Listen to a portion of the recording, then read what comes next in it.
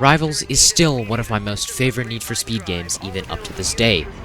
I first purchased this masterpiece all the way back in 2013 on my Xbox One, but at the time I was a retarded child, so I had no idea what I was doing and was probably halfway baked on eating crayons to realize that I was even playing a game, let alone this work of art.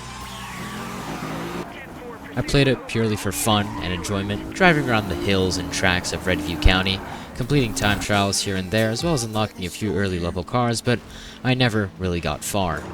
Fast forward a couple years, and we arrived somewhere in early 2022, where I purchased 3 Need for Speed games, Hot Pursuit, Heat, and Rivals, for around $15 or so on Steam. And guess what? I left Rivals sitting there in my library while I was jamming out and playing Hot Pursuit and Heat with my friends. Although it was fun, it's 2025 now, and I've decided I'm going to stop and actually finish the game that I started 12 years ago, back at square one. Need for Speed was in need of a brand new and exciting game after the catastrophic release of Most Wanted in 2012, so the torch was passed on to Ghost Games and Criterion Games in late October of 2012 to produce the next game in the series. The Criterion team stated that they wanted to take inspiration from the critically acclaimed Hot Pursuit that was released in 2010 to reintroduce and strengthen the things that made the game series so awesome. Rivals was announced and well received by critics at the E3 event back in 2013 and was also given a Best Racing Game award. Pre-launch testers who had acquired access to this game during the event stated that the game was a spiritual successor to Need for Speed High Stakes, as it was very similar in gameplay.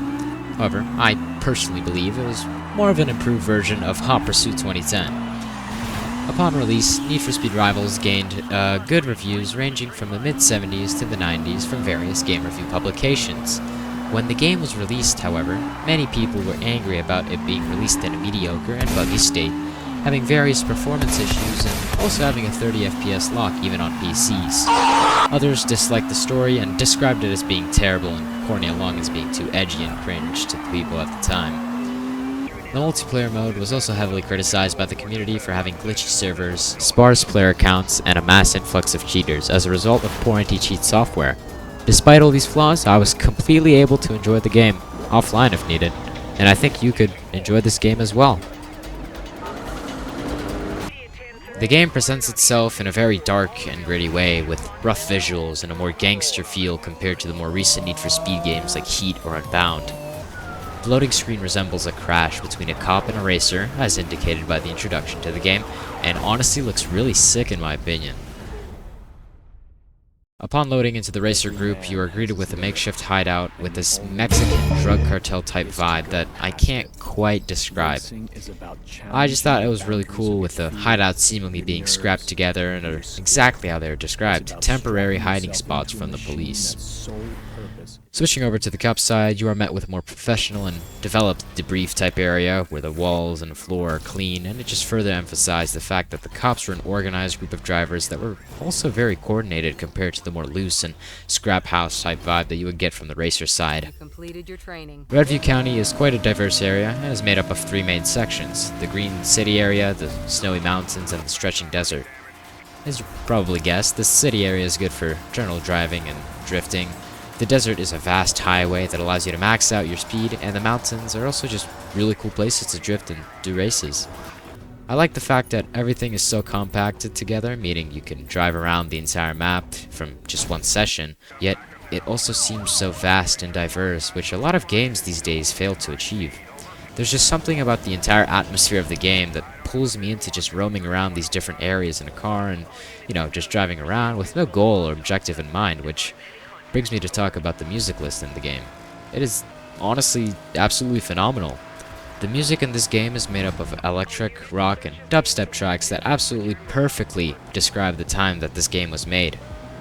In fact, I could say that a lot of games that were made in the early 2010s also reflect a music soundtrack similar to this, with Need for Speed containing legendary tracks from this time like Brick and Mortar's Bangs or Locked in a Cage. I'm not even gonna pronounce that. Looting in London, which is my personal favorite, and Bastille's Pompeii. The game has probably one of the smallest car lists in any racing game that you've played, coming in at around 20 or so cars for the racers and the cops each. Despite that, I am still very confident in claiming that this is one of the greatest car lists that I have ever seen. On the racer side, you are greeted with various different types of cars like the BMW M3, Porsche 918 Spider, the Aventador, Ferrari F50, Audi R8, and many other legendary cars. Another really cool thing that was a fun addition to the game were the opening cutscenes for every car you unlock. That includes a brief look at the car paired along with some banger songs to form a really awesome and personal touch to the game. The racers are also given a really neat upgraded customization system from the previous game, with there not only being color customization now, but rim, wrap, and decal mods, as well as some tiers to upgrade each of your car's stats. It makes everything simple and really easy to use, and I just have to click a few buttons to get a maxed out car. Switching to the cops, we are presented with a more gritty and dark car list with cars like the Bugatti Veyron, Ford Shelby, Koenigsegg Agera R and 1.1, the Nissan GTR, and my personal favorite, the Lexus LFA. And Pursuit Tech is reintroduced into the game from Hot Pursuit, and basically just a way for you to completely mess with the other players in the game. There are various techs like a shockwave, an EMP, and ESP, which is like an electric field around you that you can use to repel other players, a shock ram, and a couple more. I personally rolled with an EMP with either a shockwave or a turbo for the racer side, and an EMP with a shock ram for the cop side. I remember completely devouring the health bars of other players with the set, as I would EMP the player, ram them, and activate the shock ram or shockwave, and I think I one-shotted a few players at some point. Need for Speed isn't exactly known for its thrilling and legendary stories, and this game is no exception. Many people initially criticized the game for having a lame story, but I feel like it did have a perfectly fine one, especially for a racing game. The real cool thing about Rivals is that there are two different stories that take place at the same time, on the racer side and on the cop side. Majority of the game's story is told through cutscenes that, let me say, look really cool and awesome with the way that they're presented.